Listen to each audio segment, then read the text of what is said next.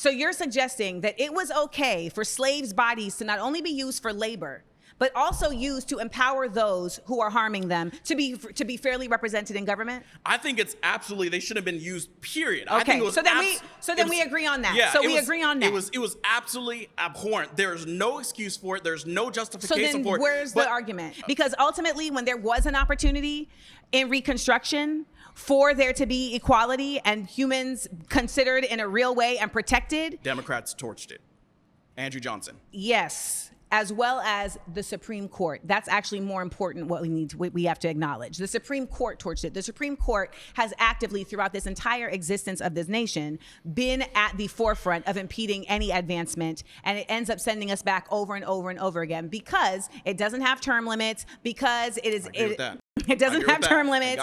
You know, it's not elected, it's appointed. And ultimately, they have made it abundantly clear that they pick and choose when it's the states that are going to have rights and when they're going to be in a federal position of precedence. Well, that has to do with the supremacy clause. So the supremacy clause is when a federal law is in conflict with the state's law. The federal law will override. For example, in California, weed is legal, right?